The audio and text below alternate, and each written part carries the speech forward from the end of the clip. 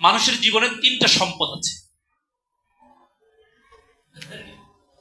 যেগুলো তার দুনিয়াতেও ফায়দা দিবে, আখিরাতেও ফায়দা দিবে।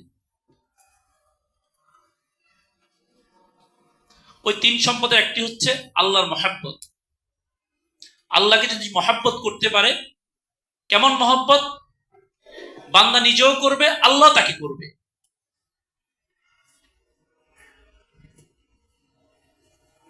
আল্লাহর মহাব্বত তার দুনিয়াতেও ফায়দা দিবে, আখিরাতেও ফায়দা দিবে। দ্বিতীয়ত নবী সাল্লাল্লাহু আলাইহি ওয়াসাল্লামের মহাব্বত, এটা তাকে দুনিয়াতেও ফায়দা দিবে, আখিরাতেও ফায়দা দিবে। তৃতীয়ত নেক বান্দাদের মহাব্বত, আল্লাহওয়ালাদের মহাব্বত, যাকে আমি আমার চেয়ে বেশি আল্লাহওয়ালা মনে করি, যিনি যেই হোক, তিনি আমার মতো সাধারণ মানুষ হোক কিংবা তিনি আলেম হোক, তিনি যেমন হোক, আমি তাকে যদি আল্লাহওয়ালা মনে করি, তার মহাব্বত, এটাও তাকে মানুষকে দুনিয়াতেও ফায়দা দিবে, আখিরাতেও ফায়দা দিবে। আরেকটি বিষয়, তিনটি তো বলেছিলাম আগে, চারটি। আরেকটি বিষয় হচ্ছে নেক আমলের মহাব্বত। আমি একটা নেক আমল করলাম, এটার মহাব্বতে করা নেক আমল, এবং নেক আমলের মহাব্বত দিলে তৈরি হওয়া, এটি দুনিয়াতেও ফায়দা দিবে, আখিরাতেও ফায়দা দিবে। এই জন্য নবী সাল্লাল্লাহু আলাইহি ওয়াসাল্লাম দোয়া শিখিয়েছেন, আল্লাহুম্মা ইন্নী আসআলুকা হুব্বাক ওয়া হুব্বা মান ইউহিব্বুক ওয়া হুব্বা আমালিন ইউকাররিবুনি ইলা হুব্বিক। আল্লাহুম্মা, হে আল্লাহ, ইন্নী আসআলুকা, আমি আপনার কাছে চাই, প্রার্থনা করি, হুব্বাক, আপনার মহব্বত। আল্লাহ, আপনার মহব্বত আমি আপনার কাছে চাই, প্রার্থনা করি। আপনার মহব্বত আমি আপনার কাছে চাই, প্রার্থনা করি। ওয়া হুব্বা মান ইউহিব্বুক, এবং ওই ব্যক্তির মহব্বত যে ব্যক্তি আপনাকে মহব্বত করে। উলামায়ে কেরাম, মুফাসসিরিনে কেরাম, শারিহিনে কেরাম, যারা হাদিসের ব্যাখ্যাতা, তারা ব্যাখ্যা করেছেন, ওই ব্যক্তির মহব্বত আমি আল্লাহর কাছে চাই, আল্লাহ, যে ব্যক্তি আপনাকে মহব্বত করে।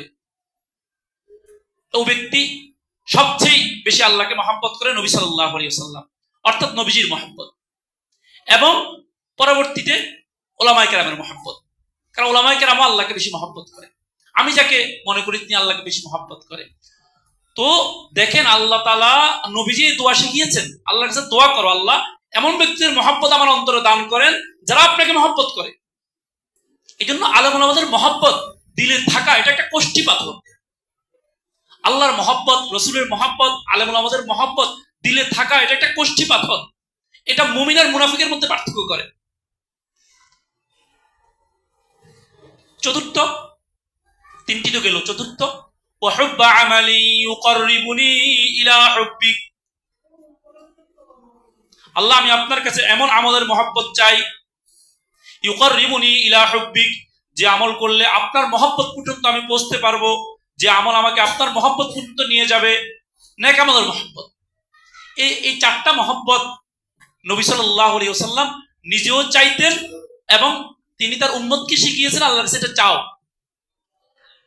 আল্লাহুম্মা ইন্নী আসআলুকা হুব্বাক ওয়া হুব্বা মান ইউহিব্বুক ওয়া হুব্বা আমালি ইউকাররিবুনি ইলা হুব্বিক। মুমিন বান্দাদের মহব্বত, আল্লাহওয়ালাদের মহব্বত, এটি কামনা করা। যারা আল্লাহকে ভালোবাসে, আল্লাহ রসুলকে ভালোবাসে, আলেম ওলামা, নেককার মানুষ, আলেম ওলামা, নেককার মানুষ, তাদের মহব্বত কামনা করা, তাদের মহব্বত আল্লাহর কাছে চাওয়া এবং তাদেরকে মহব্বত করা, এটি ঈমানের পরিচয়। এটি নবীজি শিক্ষা দিয়েছেন। সূরা ফুরকানের 3টি আয়াত পড়েছি আমি।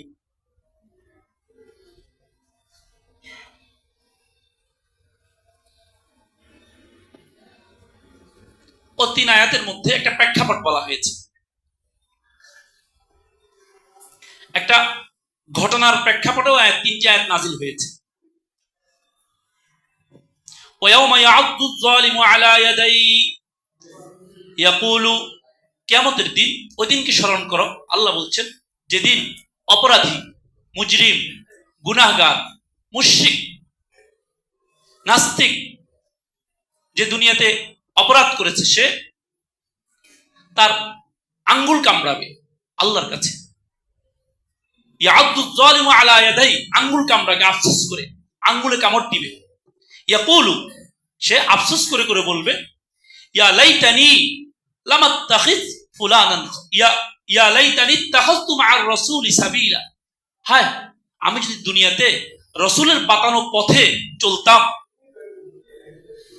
রাসূলের পথ গ্রহণ করতাম, নবীজির পথ গ্রহণ করতাম, ইসলামের পথ গ্রহণ করতাম, হায় আমার আজকে এই পরিণতি হতো না, আমার জন্য আজকে জাহান্নাম হতো না। আর কি বলবে, ইয়া ওয়াইলাতা, হায় আফসোস, হায় ধ্বংস, ধ্বংসকে ডাকবে, হায় ধ্বংস, সেদিন তো ধ্বংস। চিন্তা করি আমরা যে আখিরাত তো তৃতীয় কোনো বিকল্প নেই, হয় জান্নাত না হয় জাহান্নাম। সে যখন দেখবে জাহান্নাম দাও দাও আগুন, কত লক্ষ কোটি বছর আগুন, এটাতে পড়তে যাচ্ছে, তখন সে পিছনের জীবনের কথা স্মরণ করবে, স্মরণ করে সে আফসোস করবে, ইয়া লাইতানি ইয়া ওয়াইলাতা লাইতানি লাম আত্তাখিজ ফুলানান খলিলা, হায় আমি যদি অমুককে বন্ধু হিসেবে গ্রহণ না করতাম, লাকাদ আদাল্লানি আনি যিকরি বাদা ইজ জাআনি, আমার কাছে তো ইসলামের দাওয়াত এসেছিল, সত্যের দাওয়াত এসেছিল, হকের দাওয়াত এসেছিল, নামাজ রোজা এগুলোর দাওয়াত এসেছিল, কিন্তু অমুককে বন্ধু হিসেবে গ্রহণ করার কারণে সে আমাকে এই পথ থেকে বিচ্যুত করে, পথভ্রষ্ট করে সে আমাকে গোমরাহির পথে নিয়ে গিয়েছে, আজকে আমার ঠিকানা চিরস্থায়ী জাহান্নাম হয়ে গিয়েছে। সে আফসোস করে এটা বলবে।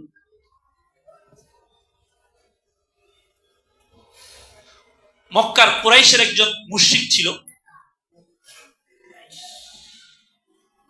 কুরাইশের একজন মুশরিক ছিল, কি আবু মুঈদ, উকবা ইবনে আবু মুঈদ, উকবা ইবনে আবু মুঈদ তার নাম, অনেক বড় মুশরিক সে। তার প্রেক্ষাপটে এই আয়াত নাযিল হয়েছে। তাফসীর ইবনে কাসীর সহ প্রত্যেক তাফসীরের কিতাবে এই ঘটনা আছে এবং প্রসিদ্ধ ঘটনা। উকবা ইবনে আবু মুঈদ সে অনেক বড় ধরনের কাফের ছিল সে, কিন্তু সে মেহমান নওয়াজ ছিল, আপ্যায়ন অভ্যস্ত ছিল, মানুষকে আপ্যায়ন করত, এটা আরবদের অভ্যাস ছিল। তো সে যখন কোনো সফর থেকে আসতো, ব্যবসায়িক সফরে যেত, তারা মক্কার মানুষের সাধারণত শামে সফর করত, সিরিয়া সফর করত, ব্যবসায়িক সফরে যেত। ব্যবসায়িক সফর থেকে এলে সে তার বাড়িতে মক্কার সম্ভ্রান্ত মানুষ যারা, সবাইকে দাওয়াত দিত, ব্যবসায় অনেক লাভ হয়েছে তাদেরকে একবার আপ্যায়ন করে খেত।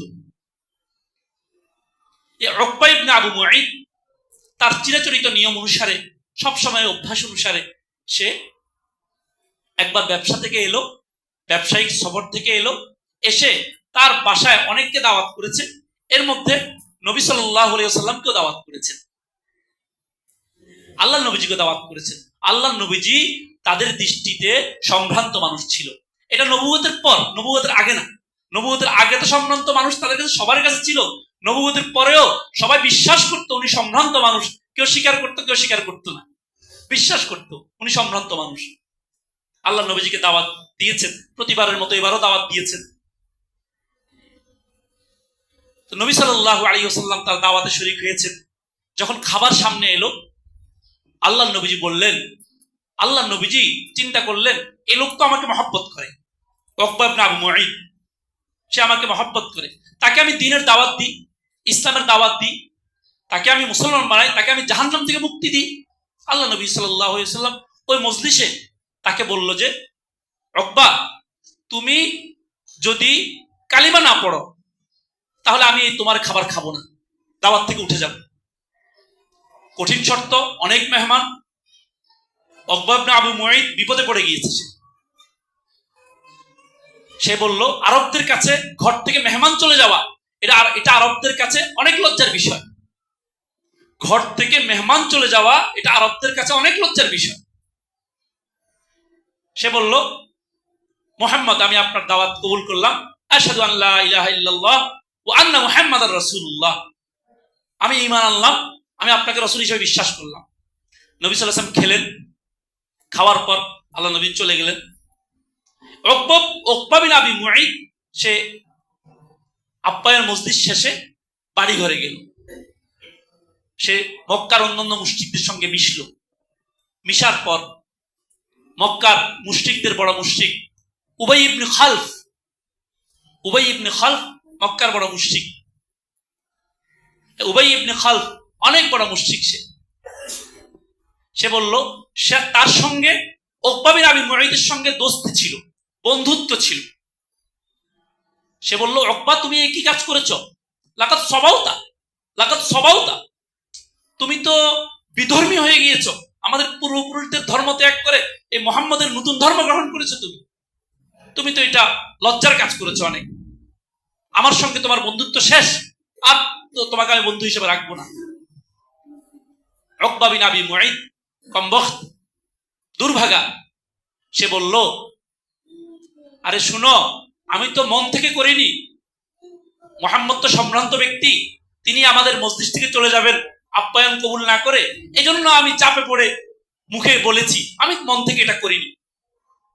উবাই ইবনে খালফ, সে দুর্ভাগা, সে এটাতে রাজি না, বলল না, এতটুকু যথেষ্ট না, তুমি যে মন থেকে করনি এটার প্রমাণ দিতে হবে। কি প্রমাণ দিতে হবে? তুমি এখন মুহাম্মদের কাছে যাবে, তার গায়ে থুতু নিক্ষেপ করবে, নাউজুবিল্লাহ, তার গায়ে থুতু নিক্ষেপ করবে। উকবা বিন আবি মুঈদ সে ওই যে মুখে ইসলাম ধর্ম গ্রহণ করেছিল, বন্ধুত্বের তাড়নায়, বন্ধুত্ব রক্ষা করতে গিয়ে সে ইসলাম থেকে বের হয়ে নবী সাল্লাল্লাহু আলাইহি ওয়াসাল্লামের কাছে গেল, গিয়ে আল্লাহর নবীর মুখে থুতু নিক্ষেপ করলো, নাউজুবিল্লাহ। শুধু তাই নয়, এই উকবা বিন আবি মুঈদ আল্লাহর নবীজিকে অনেক কষ্ট দিয়েছেন।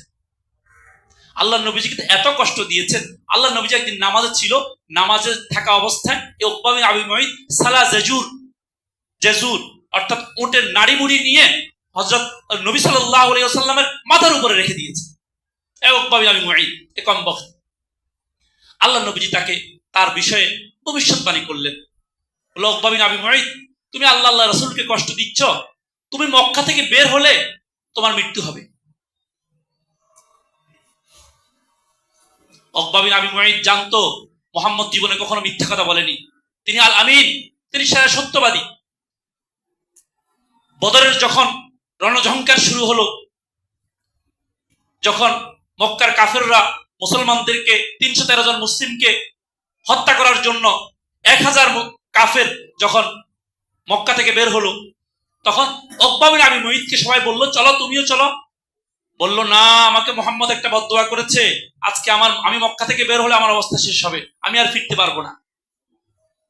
তারা জানতো মুহাম্মদ সাল্লাল্লাহু আলাইহি ওয়াসাল্লাম সত্যবাদী। বললো, আমার আর উপায় নেই, আমার নিস্তার নেই, আমি বাঁচবো না। সবাই বলল, তুমি তো অনেক বড় ব্যবসায়ী, তোমার লাল ওট আছে। তার লাল ওট ছিল, তখনকার যুগে লাল ওট থাকা অনেক বড় বিষয়। তোমার লাল ওট আছে, তুমি ওটের উপর থাকবে, যে কোনো ভাবে তুমি পার পেয়ে চলে আসবে। অবশেষে বদর যুদ্ধে যেতে বাধ্য হলো। যাওয়ার পর যখন বদর যুদ্ধে যখন গেল, যাওয়ার পর মুসলমান এবং কাফেরদের মধ্যে অনেক বড় যুদ্ধ হলো, কাফেরদেরকে কচুকাটা করা হলো, কাফেররা পরাস্ত হয়ে গেল এবং অনেক কাফের বন্দী হয়ে গেল। উকবা বিন আবি মুঈদের কি হলো? উকবা বিন আবি মুঈদ তার লাল ওটে কোনো রকম বেঁচে গেল। আল্লাহ নবীজির কথা তো সত্য, আল্লাহ নবীজি তো অসত্য বলতে পারেন না। ইন হুয়া ইল্লা ওয়াহয়ু ইউহা, তিনি যা বলেন তা তো আসমান থেকে বলেন। উকবা বিন আবি মুঈদের ওট কাদার মধ্যে আটকে পড়লো, পালাতে গিয়ে কাদার মধ্যে আটকে পড়লো, আর উকবা বিন আবি মুঈদ ধরা পড়লো। উকবা বিন আবি মুঈদ ধরা পড়লো, মুসলমানদের হাতে বন্দী হলো।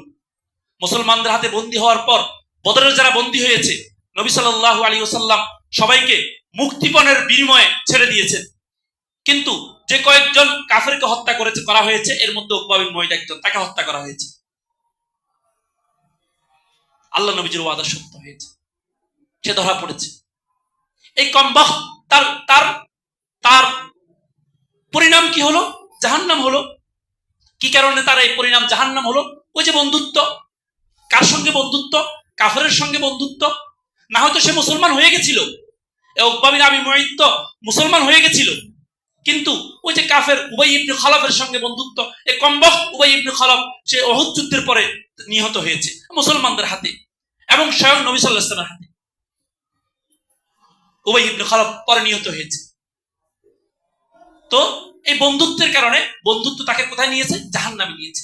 আল্লাহ তাআলা কোরআন মাজিদে এই কথা বলেছেন যে কিয়ামতের দিন এই কমবখ সহ যারা এই কমপক্ষ, যারা পরিণাম যাদের খারাপ, যারা এই বন্ধুত্বের কারণে দুষ্ট পথ বেছে নিয়েছে, বন্ধুত্বের কারণে নাস্তিকতার পথ বেছে নিয়েছে, বন্ধুত্বের কারণে সঠিক পথ বেছে নিতে পারেনি, তারা কিয়ামতের দিন আফসোস করে বলবে, ইয়া ওয়াইলাতা লাইতানি লাম আত্তাখিজ ফুলানান খলিলা, ইয়া ওয়াইলাতা লাইতানি লাম আত্তাখিজ ফুলানান খলিলা, ইয়া ওয়াইলাতা লাইতানি লাম আত্তাখিজ ফুলানান খলিলা। হায়, আমি যদি অমুককে বন্ধু হিসেবে গ্রহণ না করতাম, আজকে আমার এই চিরস্থায়ী জাহান্নাম হতো না। আফসোস করে বলবে। এই জন্য বন্ধুত্ব, আমি কার সঙ্গে বন্ধুত্ব করছি, কে আমার বন্ধু, কে ইসলামের দিক নির্দেশনা, এক্ষেত্রে আমাদের একটু জানা দরকার, বোঝা দরকার। কাকে বন্ধু হিসেবে গ্রহণ করব? পৃথিবীতে তো বন্ধু বন্ধুকে গ্রহণ করতেই হয়, বন্ধুত্ব গ্রহণ করতেই হয় পৃথিবীতে। কাকে আমি বন্ধু হিসেবে গ্রহণ করছি, কে আমার বন্ধু, এই বন্ধুত্ব আমাকে কোথায় কোথায় কাজ দিবে, চিন্তা করে বন্ধুত্ব করা দরকার। বন্ধুত্বের মূলনীতি রয়েছে কিছু। প্রথম কথা হলো, বন্ধু গ্রহণ করতে হবে মুসলমানকে, কোনো কাফেরকে বন্ধুরূপে গ্রহণ করা যাবে না। কোনো কাফেরের সঙ্গে কোনো মুসলমানের হৃদ্রতার সম্পর্ক থাকতে পারে না, কোনো হিন্দুর সঙ্গে কোনো মুসলমানের হৃদ্রতার সম্পর্ক থাকতে পারে না, হারাম। লা ইয়াত্তাখিযুল মুমিনুনাল কাফিরিনা আউলিয়া মিন দুনিল মুমিনিন, আল্লাহর স্পষ্ট নির্দেশ। কোন মুসলমান কোন কাফেরকে বন্ধু হিসেবে গ্রহণ করতে পারে না। মানবতার কথা বলে, সৌজন্যর কথা বলে অনেক কিছু বলা যাবে। আমার আল্লাহ থেকে বেশি মানবতা বোধ আমার মাঝে নেই, আমার আল্লাহ থেকে বেশি সৌজন্য আমার মাঝে নেই। আমার আল্লাহ বলেছেন, কোন কাফেরকে বন্ধুরূপে, কোন হিন্দুকে, কোন বৌদ্ধকে, কোন খ্রিস্টানকে বন্ধুরূপে গ্রহণ করা যাবে না।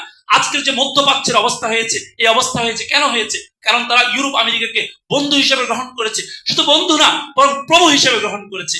যারা পৃথিবীতে কোনো কাফেরকে বন্ধু হিসেবে গ্রহণ করবে, এই কাফেরের বন্ধুত্বের কারণে তার চিরস্থায়ী জাহান্নাম হবে। সেদিন সে কিয়ামতের দিন সে আফসোস করে বলবে, রব্বানা আতানা সাদাতানা ওয়া কুবারানা, আল্লাহ আমাদের এই প্রভুদের, এই বন্ধুদের আমি অনুসরণ করেছি, ফাদাল্লুনা সাবিল, এরা আমাদেরকে পথভ্রষ্ট করেছে। রব্বানা আতিহিম দিফাইনি মিনাল আযাব, আল্লাহ আমাদেরকে তো শাস্তি দিবেন, যে বন্ধুর কারণে আমি জাহান্নামে গেলাম, যে বন্ধু আমাকে নামাজ থেকে বিরত রাখলো, যে বন্ধু আমাকে রোজা থেকে বিরত রাখলো, যে বন্ধু আমাকে মদ পান শিখালো, যে বন্ধু আমাকে সিগারেট শিখালো, যে বন্ধু আমাকে অশ্লীল কাজ শিখালো, যে বন্ধু আমাকে সময় নষ্ট করা শিখালো, আল্লাহ আপনি আমাকে তো শাস্তি দিবেন। ওই বন্ধুকে আতিহিম দিফাইনি মিনাল আযাব, এক গুণ আযাব না, আল্লাহ তাকে দ্বিগুণ আযাব দেন। ওয়ালা আনহুম লা'নান কাবীরা, আল্লাহ একে স্বাভাবিক অভিশাপ দিয়েন না, আপনি একে অস্বাভাবিক বড় ধরনের অভিশাপ তাকে আপনি করেন। কাকে বন্ধু হিসেবে গ্রহণ করছি, কে আমার বন্ধু? কোন মুসলমানের বন্ধু কোন হিন্দু হতে পারে না, কোন মুসলমানের বন্ধু কোন খ্রিস্টান হতে পারে না, কোন মুসলমানের বন্ধু কোন কাফের হতে পারে না। হিন্দু খ্রিস্টান বৌদ্ধ অমুসলিমের সাথে, এমনকি যে আল্লাহ রসুলের সঙ্গে দুশ্মনী করে, যে আল্লাহ রসুলকে দেখতে পারে না, যে আলেম ওলামাকে মহব্বত করে না, আলেম ওলামাকে যে দুশ্মনী করে, তাদের সঙ্গে হৃদ্যতার সম্পর্ক কোন মুসলমানের হতে পারে না, কোন মুসলমানের হতে পারে না। আল্লাহু আকবার। সূরা যুখরুফের ৬৭ নম্বর আয়াত আল্লাহ তাআলা বলেন, তাফসীর ইবনে কাসির থেকে আমি পড়ছি। আল্লাহ তাআলা বলেন, আল-আখিল্লাহু ইয়াওমাইদিন বা'দুহুম লিবা'দিন আদুউন ইল্লাল মুত্তাকিন। আল-আখিল্লাহু, পৃথিবীতে যারা যারা বন্ধু আছে, অমুকের বন্ধু অমুক, অমুকের বন্ধু অমুক, অমুকের বন্ধু অমুক, এই বন্ধুত্ব কোনো কাজে আসবে? আল্লাহ বলেন, বা'দুহুম লিবা'দিন আদুউন, সকল বন্ধু কিয়ামতের দিন এক বন্ধুর দুশমন হয়ে যাবে, এক বন্ধু এক বন্ধুর দুশমন হয়ে যাবে। বন্ধু বন্ধুর বিরুদ্ধে আল্লাহর কাছে নালিশ করবে। আর নালিশ করে কি বলবে? বলবে, আল্লাহ আমাকে তো সাধারণ আযাব দেন, তাকে আপনি সাধারণ আযাব দিয়েন না, তাকে দিফাইনি মিনাল আযাব, দ্বিগুণ আযাব তাকে দেন।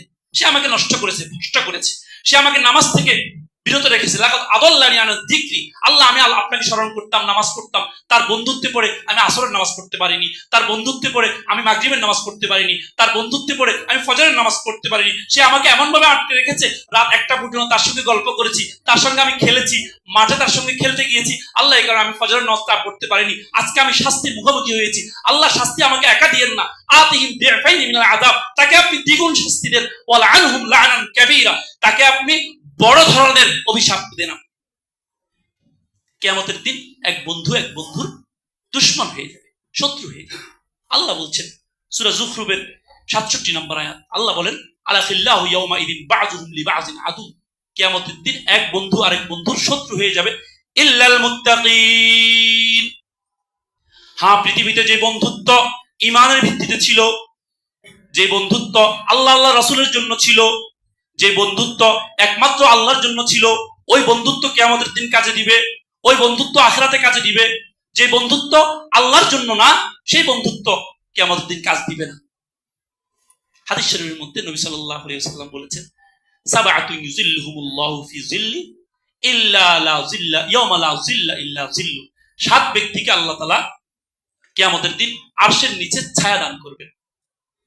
এই কথাটা শুনতে আমরা হয়তো স্বাভাবিক মনে করি, আরশের নিচে ছায়া পেলে পাবো আর কি, না পেলে না পাবো আর কি। আসল কথা হলো আরশের নিচে ছায়ার কি প্রয়োজন, এটা আমাদের বিশ্বাস বুঝি না। কিয়ামতের দিন সূর্য কোথায় থাকবে? মাথার উপরে থাকবে, মাথার নিকটে থাকবে, 1 মাইল উপরে থাকবে, 2 মাইল উপরে থাকবে, এবং মানুষের ঘাম হবে কারো পা পর্যন্ত, কারো হাঁটু পর্যন্ত, কারো কোমর পর্যন্ত, কারো বুক পর্যন্ত, কারো গলা পর্যন্ত। কেউ ঘামের মধ্যে সাঁতরাতে থাকবে, ঘামের মধ্যে কেউ সাঁতরাবে। এটা বিশ্বাস করি না। এই নবী সাল্লাল্লাহু আলাইহি ওয়াসাল্লাম এই কথা অসত্য হতে পারে না। সূর্য পশ্চিম দিক থেকে উঠতে পারে, আল্লাহ নবীজির কথা অসত্য হতে পারে না। সেদিন এই অবস্থা হবে কিয়ামতের দিন। ঘাম বিচারের আগে, বিচারের আগে বিচার হবে কিয়ামতের দিন সত্য। আল ওয়াজনু ইয়াউমাইযিনিল হক। আল্লাহ বলেন কিয়ামতের দিন বিচার সত্য। ওয়া নাদউ মাওয়াজিনাল কিসত লিয়াউমিল কিয়ামা। আমি কিয়ামতের দিন পাল্লা কায়েম করব। আল্লাহ বলেন আমি কিয়ামতের দিন পাল্লা কায়েম করব। যে ব্যক্তির মনে বিন্দু পরিমাণ সন্দেহ থাকবে কিয়ামতের দিন বিচার হবে কি হবে না, সে সঙ্গে সঙ্গে কাফের হয়ে যাবে, ঈমান থেকে বের হয়ে যাবে। বিচার হবে, তো বিচারের আগ মুহূর্তে এই পরিস্থিতি হবে। তখন আল্লাহ 7 ব্যক্তিকে আরশের নিচে ছায়া দিবেন। 7 ব্যক্তির এক ব্যক্তিকে রাজুলানি তাহাব্বা ফিল্লাহ ইজতামাআ আলাইহি ওয়া তাফাররাকা আলাইহি। ওই 2 ব্যক্তি, যে 2 ব্যক্তি পরস্পর পরস্পরকে মহব্বত করেছে আল্লাহর জন্য। মহব্বত একমাত্র কার জন্য হতে হবে? আল্লাহর জন্য, আল্লাহর ভিত্তিতে মহব্বত। যে বন্ধু আমাকে নামাজ থেকে বিরত রাখে, যে বন্ধু আমাকে আল্লাহর জিকির থেকে বিরত রাখে, যে বন্ধুর কারণে আমার 1 ওয়াক্ত নামাজ ছুটে যায়, সে সত্যিকার অর্থে বন্ধু হতে পারে না। তার সঙ্গে বন্ধুত্ব সহি না, তার সঙ্গে বন্ধুত্ব সঠিক না। এই বন্ধুত্ব আমাকে জাহান্নামে নিবে। কার সঙ্গে বন্ধুত্ব করছি আমি? তো এই 2 ব্যক্তিকে আল্লাহ তাআলা, যারা আল্লাহর জন্য মহব্বত করেছে, একে অন্যকে আল্লাহর জন্য মহব্বত করেছে, আল্লাহর ওয়াস্তে মহব্বত করেছে, আবার আল্লাহর ওয়াস্তে মহব্বত ছেড়েও দিয়েছে। অনেক দিনের মহব্বত, 3 বছরের মহব্বত, 4 বছরের মহব্বত, 5 বছরের মহব্বত। 5 বছরের পর আজকে বন্ধু আরেক বন্ধুকে সিগারেট শিখাচ্ছে, ভাই তুমিও একটু দেখো, আমিও তো দেখেছি অনেকদিন, দেখো। তখন থেকে বললো না, গুনার কাজে আমি তোমার সঙ্গে বন্ধুত্ব করতে পারি না, যাও তোমার থেকে বন্ধুত্ব ছিন্ন করলাম আমি। ওই ব্যক্তিকে আল্লাহ তাআলা আরশের নিচে ছায়া দিবেন, আরশের নিচে ছায়া দিবেন। তাফসীর ইবনে কাসিরে এই আয়াতের ব্যাখ্যা এসেছে, আল্লাহু আকবার, আল্লাহু আকবার, আল্লাহু আকবার। হযরত আলী রাদিয়াল্লাহু তাআলা আনহু একটি রিওয়ায়াত আছে, তিনি বলেছেন, খলিলানি মুমিনান ওয়া খলিলানি কাফিরান। 2 জন মুমিন বন্ধু দুনিয়াতে ছিল, 2 জন মুমিন বন্ধু দুনিয়াতে ছিল, আবার 2 জন কাফের বন্ধু ছিল। তো মুমিন 2 জন বন্ধু, একজন যখন মারা গিয়েছে আল্লাহর কাছে বলল, আল্লাহ আমাকে তো আপনি জান্নাত দিয়েছেন, মৃত্যুর পর আমার কবরের সঙ্গে আপনি জান্নাতের সংযোগ তৈরি করে দিয়েছেন। আল্লাহ, আমার এক বন্ধু দুনিয়া থেকে গিয়েছে, আল্লাহ জানি না সে মৃত্যু পর্যন্ত ঈমান নিয়ে বাঁচতে পারবে কিনা, আল্লাহ দয়া করে তাকেও ঈমান নিয়ে বাঁচিয়ে আমার সঙ্গে এখানে জান্নাতে এনে একত্র করবেন। আল্লাহ আপনি করবেন। আল্লাহর কাছে আবদার করবে বন্ধু বন্ধুর জন্য, আল্লাহর কাছে আবদার করবে। তখন আল্লাহ বলবে, অবশ্যই করবো, আমি তাকেও তোমার সঙ্গে একত্র করব। কিছুদিন পর ওই মুমিন বন্ধু মারা যাবে, মারা যাওয়ার পর 2 জনকে আল্লাহ তাআলা একত্র করবেন, একত্র করে দেখাবেন। হাদিসে এসেছে মুমিন বন্ধুর টান মুমিন বন্ধুকে টানবে। আর 2 জন কাফের বন্ধু ছিল, ওয়া খলিলানি কাফিরান, 2 জন কাফের বন্ধু ছিল। একজন মৃত্যুর পর, ওফাতের পর, তার ওফাত হয়েছে, মৃত্যু হয়েছে, তার কবরের সঙ্গে জাহান্নামের সংযোগ তৈরি হয়ে গেছে, জাহান্নামের সংযোগ তৈরি হয়ে গেছে, জাহান্নামের পোশাক তৈরি করে দেওয়া হয়েছে তার কবরকে। তাকে তার কবরের সঙ্গে নিয়মিত জাহান্নাম থেকে আযাব আসছে তার কবরে। তখন সে আল্লাহর কাছে অভিযোগ করবে, আল্লাহ আজকে আমার এই অবস্থা, আমার দুনিয়াতে আরেক বন্ধু আছে, ওই বন্ধুর কারণে, ওই বন্ধুর বন্ধুত্বে পড়ে আমি নামাজ ছেড়েছি, ওই বন্ধুর বন্ধুত্বের কারণে আমি রোজা ছেড়েছি, ওই বন্ধুর বন্ধুত্বে পড়ে আমি আলেম ওলামাদের বিরুদ্ধে কথা বলেছি, নেককার মানুষদের বিরুদ্ধে কথা বলেছি, নামাজের জন্য কেউ ডাকলে আমি বিরোধিতা করেছি। আল্লাহ ওই বন্ধুর বন্ধুত্বে পড়ে, আল্লাহ আমি তো চলে এসেছি, সে এখনো দুনিয়াতে আছে, এখন আমার খুব আফসোস, সে যদি আবার খাঁটি মুসলমান হয়ে জান্নাতে চলে যায়, আল্লাহ আপনি তাকে জান্নাতে যেতে দিয়েন না, আল্লাহ আপনি তাকে আমার সঙ্গে জাহান্নামে নিয়ে আসেন। কিছুদিন পর ওই বন্ধুর মৃত্যু হবে। ওই বন্ধুর মৃত্যুর পর দুজনে জাহান্নামে গিয়ে একত্র হবে। দুজনের ঠিকানা একই রকম হবে। বন্ধুত্ব কি? নবী সাল্লাল্লাহু আলাইহি ওয়াসাল্লাম বন্ধুত্বের বিষয়ে এত এত হাদিস আল্লাহ নবীজি, এত মূলনীতি আল্লাহ নবীজি দিয়েছেন বন্ধুত্বের বিষয়ে। আল্লাহ নবীজি কি বলেছেন? আন্নাসু আলা দীনি খলিল, প্রত্যেক মানুষ তার বন্ধুর অভ্যাস গ্রহণ করে। আল্লাহ নবীজি বলেছেন কথাটা। আল্লাহ নবীজি যুগের সেরা দার্শনিক, তিনি যুগের সেরা মনস্তত্ত্ববিদ। তিনি কি বলেছেন? মানুষ তার বন্ধুর অভ্যাস গ্রহণ করে। ফালিয়ানজুর আহাদুকুম মান ইউখালিল, প্রত্যেকে চিন্তা করা দরকার আমি কার সঙ্গে বন্ধুত্ব করছি, আমি কার সঙ্গে বন্ধুত্ব করছি, চিন্তা করা দরকার। এই জন্য আসুন আমরা কার সঙ্গে বন্ধুত্ব করছি একটু চিন্তা করি। আমার এই বন্ধুত্ব আমাকে কি আখিরাতে কাজ দিবে কি দিবে না? আমার এই বন্ধুত্ব আমাকে জান্নাত আনবে না জাহান্নাম আনবে? একটু চিন্তা করি। প্রথমত নিজেদের বিষয়ে চিন্তা করব, দ্বিতীয়ত নিজেদের সন্তানদের বিষয়ে চিন্তা করব। আমার সন্তান কাকে বন্ধুরূপে গ্রহণ করছে, কাকে বন্ধুরূপে গ্রহণ করছে? আপনি বলবেন, হুজুর আমি তো আমার সন্তানকে স্কুলে ভর্তি করেছি, পড়াশোনার জন্য দিয়েছি, অনেক চেষ্টা করেছি, সন্তানকে রাখতে পারিনি। সন্তান অমুকের সঙ্গে আড্ডা পড়ে, অমুকের সঙ্গে আড্ডা পড়ে, অমুকের সঙ্গে আড্ডা পড়ে, আস্তে আস্তে সিগারেট শিখেছে, এরপর বাড়িতে বেয়াদবি করা শিখেছে, এরপর আস্তে আস্তে সে নেশা শিখেছে, এরপর আস্তে আস্তে অনেক কিছু শিখে গেছে। এখন আস্তে আস্তে সে অন্য মেয়েদের সাথে সম্পর্ক করে, এটা করে ওইটা করে। কথা তো শুনে না। হুজুর বেশি কথা বললে বলে যে আত্মহত্যা করবো, আমি বাড়ি থেকে বের হয়ে যাব। হুজুর মানাতে পারি না, কি করব? আমি তো করেছি চেষ্টা। না, আপনি করেননি, আপনি করেননি। আপনি আল্লাহ নবীজির দিক নির্দেশনা মানেননি। আল্লাহ নবীজি কি বলেছেন? মুরু আওলাদাকুম বিসসালাত ওয়া হুম আবনাউ সাবঈন ওয়াদরিবুহুম আলাইহা ওয়া হুম আবনাউ আশ ওয়া ফাররিকু বাইনাহুম ফিল মাদাজি'। আপনি চেষ্টা করেছেন নিজের মতো, আপনি আল্লাহ রাসূলের দিক নির্দেশনা মানেননি। আল্লাহ নবীজি কি বলেছেন? একটা বাচ্চাকে ছোট কাল থেকেই তুমি ইসলামের লালন পালন দিয়ে উঠাও, বাচ্চার সুন্দর নাম রাখো।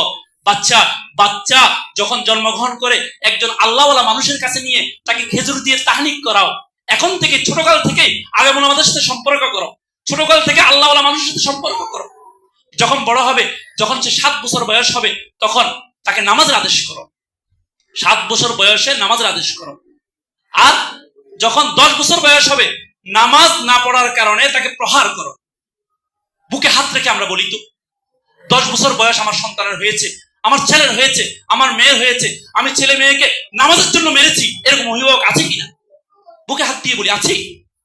যদি না থাকি, আমার সন্তানকে আমি বিপথে নিয়ে গেছি, আমার সন্তানকে আমি অন্ধকার গলিতে আমি নিয়ে গেছি, আমি আমার সন্তানকে অন্ধকার গলিতে নিয়ে গেছি।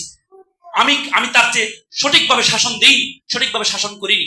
কারণ মানুষের বন্ধুত্ব, মানুষের ফ্রেন্ডশিপ সেটা হয় কর্মের মাধ্যমে। এটা মনস্তত্ত্বের কথা। কর্মের মাধ্যমে মানুষের বন্ধুত্ব হয়, মানুষের রিলেশন হয়, একজন একজনের সঙ্গে মানুষ সম্পর্ক হয় কর্মের মাধ্যমে। আল্লাহ নবীজি কি বলেছেন একটু চিন্তা করি।